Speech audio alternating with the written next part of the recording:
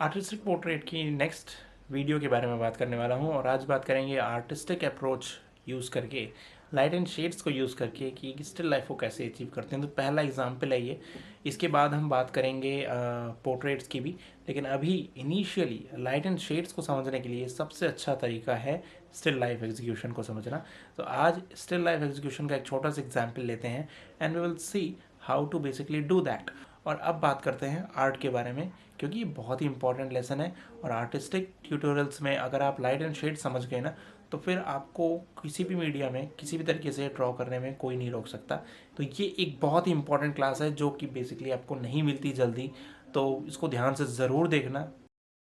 तो अब हम आ गए हैं स्टूडियो में और देखो मैंने रेफरेंस के लिए स्टिल लाइफ का ये एक इमेज ले लिया है जो कि रेफरेंस के तौर पे हम यूज़ करने वाले हैं।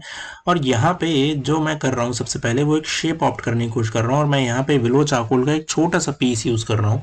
जैसे कि मैंने आपको फर्स्ट एंड सेकंड क्लास में बताया था कि कैसे हम छोटे छोटे टुकड़ों के फॉर्म में भी इसको यूज़ कर सकते हैं। और जैसे एक बहुत इंपॉर्टेंट बात है ये समझने वाली, जैसे एक कुम्हार जो होता है ना, जिसको हम बोलते हैं कि जो घड़े वगैरह बनाता है, वो जिस तरह से उसको शेप देता है हमें भी यहाँ पे वैसे ही शेप देना है बिल्कुल, क्योंकि ये बिल्कुल रॉ से स्टार्ट किया है। कोई आउटलाइन वगैरह ड्रॉ इसमें हुई नहीं है जैसे हम जनरली करते हैं आउटलाइन ड्रॉ करके पोर्ट्रेट। तो वो जो लोग वैसा चाहते हैं तो वो लोग फिर इस क्लास के लिए नहीं है।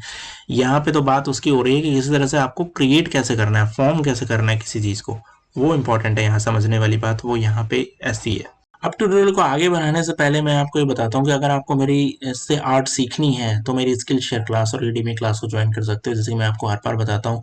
नीचे डिस्क्रिप्शन बॉक्स में उसका लिंक है। अगर कोई भी interested candidate want to learn art from me, they can join that as well. तो नीचे डिस्क्रिप्शन बॉक्स में ज़रूर एक बार ट्राई कीजिएगा, you will be definitely benefited with that. बहुत सिंप्लीफाइड वे में अगर समझने की कोशिश करो तो बात यह है कि पहले मैं डार्क एरियाज को ऑप्ट कर रहा हूँ। मैंने जस्ट एक ओवल शेप क्रिएट किया जो हमारा जग है उसके लिए, वाटर जग है या जो भी जिस चीज़ का जग है उसके लिए। और उसके बाद फिर जो डार्कर एरिया है उसको पहले विलो चारकोल से जस्ट उस पर एक लेयर, डार्क लेयर ऑप्ट कर दे रहा हूँ। तो लाइट एंड शेड्स को समझने के लिए भी ये ट्यूटोरियल बहुत ही अच्छा है। मैं डार्क एरिया को केवल कैप्चर कर रहा हूँ अभी, ठीक है। चाहे वो एप्पल हो, जो ग्रीन एप्पल नीचे रखा है, चाहे उसके सराउंडिंग्स हो या फिर एक बैकग्राउंड हो। अच्छा, इसमें एक बहुत इंपॉर्टेंट बात ये भी है कि आपको बैकग्राउंड के साथ प्ले करने का बहुत अच्छा ऑप्शन मिल जाता है, जो कि जनरली रियलिस्टिक ड्राइंग में आपको उतना अच्छे से नहीं मिल पाता है, क्योंकि वहां पे आपको करना पड़ेगा, यहाँ पे अपने आप क्रिएट होगा। तो क्या किया मैंने, पीछे भी कुछ हल्की हल्की हाईलाइट्स मार दी हैं। अब मैं यूज कर रहा हूँ फिंगर्स को, ये बहुत इंपॉर्टेंट पॉइंट है यहाँ समझने वाला, क्योंकि जब भी हम फिंगर्स को यूज करते हैं we have to be very conscious. ये जो विलो चारकोल है ना, ये बहुत ही स्मूथ होता है, बहुत ही ज्यादा ऐसा होता है कि डस्टी एलिमेंट होता है, तो आप जैसे ही हैंड लगाओगे वो पूरा का पूरा स्मज हो जाएगा। So you have to be very conscious about that कि कहाँ पे आपको फिंगर्स ऑप्टिमाइज करनी है, यूज करना है, टच भी करना है कि नहीं करना है। ये चीजें समझना बहुत जरूरी है और यही फायदा भी है विलो चारकोल है, क्योंकि और कोई भी चारकोल हो, चाहे चारकोल पेंसिल हो चाहे कॉम्प्रेस चारकोल हो, अगर एक बार आपने उसको पेपर पे रख दिया कहीं पर भी, तो फिर आप उसको हटा नहीं सकते इतनी आसानी से जितनी आसानी के साथ आप विलो चारकोल को हटा सकते हो। तो ये एक तरह से फायदा है विलो चारकोल का, और इसीलिए आज से नहीं कई सालों से विलो चारकोल को ये लोग यूज करते आ रहे हैं ड्राइंग में। अब मैं यूज स्टार्ट करना शुरू कर रहा हूँ चारकोल पेंसिल का, क्योंकि अब मुझे एक सर्टेन शेप मिल गया है, मुझे पता है मुझे इसी शेप में ही प्ले करना है। So I am just adding more dark layers, जो कि चारकोल पेंसिल में हमें बहुत इजीली मिल जाती है कि कोई भी चारकोल पेंसिल यूज करके आप डार्क लेयर को आउट करना शुरू करते हो। और फिर विलो चारकोल को भी साथ में ले करके जो डार्क एरियाज हैं, क्योंकि वो लार्जर एरिया कैप्चर कर सकता है, इसलिए हम उसको भी साथ में यूज करके लेके चल रहे हैं। हालांकि अगर एक बात समझी जाए यहाँ पे वो ये है कि अब विलो चारकोल का यूज इतना ज्यादा इंपॉर्टेंट है भी नहीं। अगर कोई चाहे कि विलो चारकोल तो बहुत एक्सपेंसिव है तो उसको कैसे हम कम से कम यूज करें, तो इनिशियल लेयर सॉफ्ट करने के बाद फिर आप नॉर्मल चारकोल पेंसिल से भी काम करना शुरू कर सकते हो, और चाहो तो विलो चारकोल ना यूज करो। लेकिन मुझे नहीं लगता कि एक्सपेंसिव है और आपको भी नहीं लगेगा, क्योंकि ये बहुत लॉन्ग लास्टिंग होती हैं और काफ़ी अमाउंट, अगर आप सोचो 100-200 रुपए के अंदर आपको 6-7 स्टिक्स मिल जाती हैं आसानी के साथ, और ये बहुत लॉन्ग लास्टिंगली चलती हैं। So you don't need to be worry about that. तो इतना ज़्यादा चिंता करने वाली बात उसमें होती नहीं है।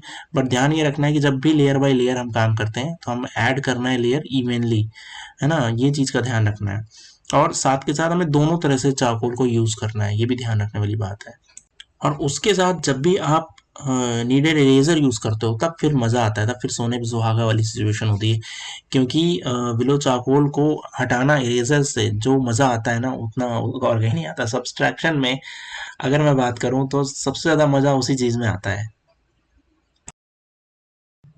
तो अभी जिसकी बात कर रहे थे वही चीज़ आ गई। अब देखो मैंने नीडेड इरेजर ले लिया है, अब जब मैं उसको हटा रहा हूँ ना तो ये पूरा का पूरा वाइप आउट हो जा रहा है और पीछे का white paper as it is नजर आता है। तो बहुत ही ज्यादा बढ़िया लाइट एंड शेड्स का इफेक्ट नजर आता है।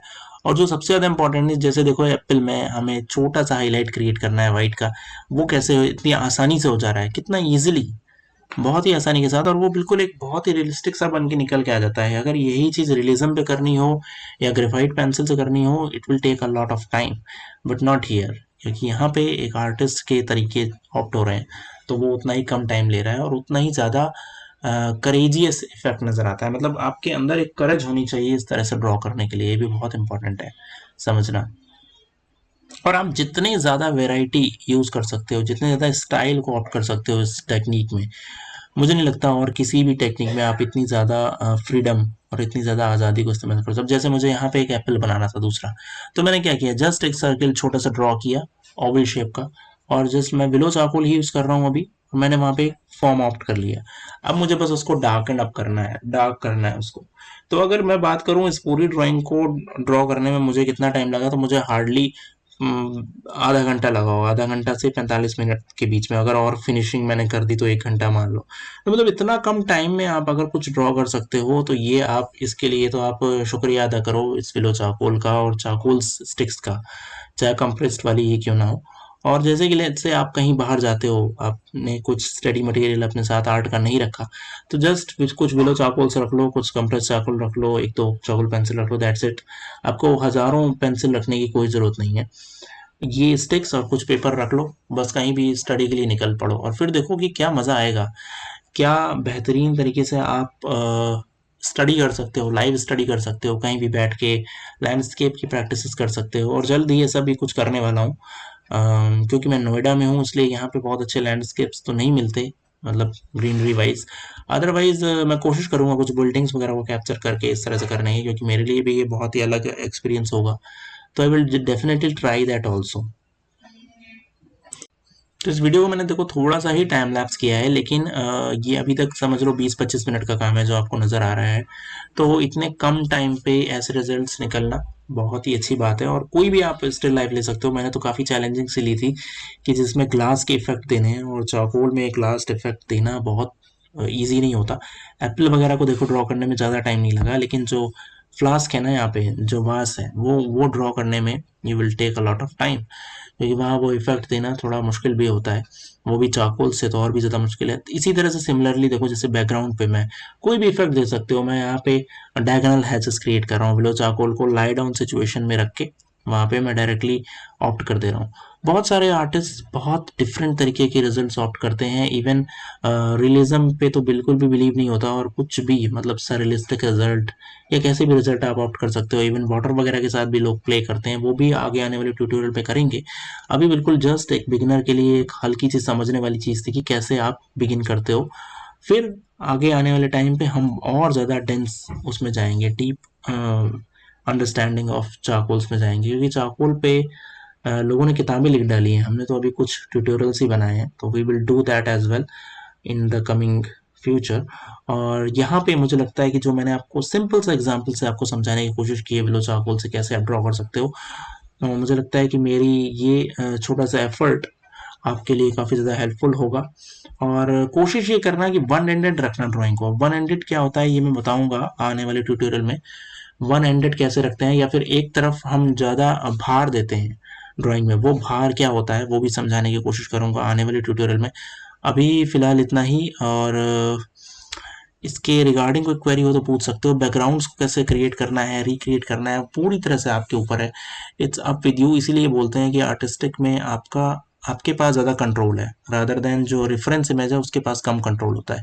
रियलिज्म में क्या होता है, सब कुछ कंट्रोल जो होता है रियलिस्ट इमेज में होता है, जो आप जिसको आप रेफरेंस लिए रहते हो, और आप उसके एक गुलाम टाइप से बन जाते हो। बट यहाँ ऐसा नहीं है। तो आज काफ़ी बातें हो गई, और अब वापस आते हैं स्टूडियो में और कुछ बातें करके उसके बाद नेक्स्ट ट्यूटोरियल की भी बात करते हैं। आ जाओ। तो मुझे लगता है कि आज आपको ये वाला ट्यूटोरियल पसंद आया होगा, और ये अभी केवल एक शुरुआत है। और नेक्स्ट में बात करेंगे हम कि कैसे पोर्ट्रेट्स को ड्रॉ कर सकते हो इसी टेक्निक को यूज़ करके। फिर बात करेंगे ग्रेफाइट से कैसे ये कर सकते हैं, क्योंकि एक उस पर भी होना चाहिए, चारकोल से तो हम कर ही रहे हैं। तो वो उसमें हम बात करेंगे कि ग्रेफाइट से कैसे कर सकते हैं। फिर कोई कलर्ड लेकर के भी करने की कोशिश करेंगे, जैसे पिस्टल्स ले लिया या कुछ भी ले लिया, तो उससे भी करने की कोशिश करेंगे। तो बहुत ज़्यादा मज़ा आने वाला है आने वाले ट्यूटोरियल्स में। आज फिलहाल इतना ही। प्लीज़ चैनल को सब्सक्राइब जरूर कीजिएगा। अगर इसके रिगार्डिंग कोई क्वेरी हो तो आप मेरे कमेंट बॉक्स में पूछ सकते हो। हालांकि मैं देखता ज़रूर हूँ, कोशिश रहती है कि कभी कभार जवाब भी दे पाऊँ, लेकिन सब जवाब नहीं दे पाता हूँ। Very sorry for that. But मेरे क्वेश्चंस को देखता हूँ आपके, और फिर कोशिश करता हूँ कि उस पर वीडियो बनाऊँ, क्योंकि कमेंट में मैं आपको जवाब दे दूँगा तो उससे कुछ आपका सॉल्यूशन नहीं होगा। मैं कोशिश करता हूँ उसी चीज़ के ऊपर एक वीडियो बनाने का। Thank you so much. Love you all. Bye.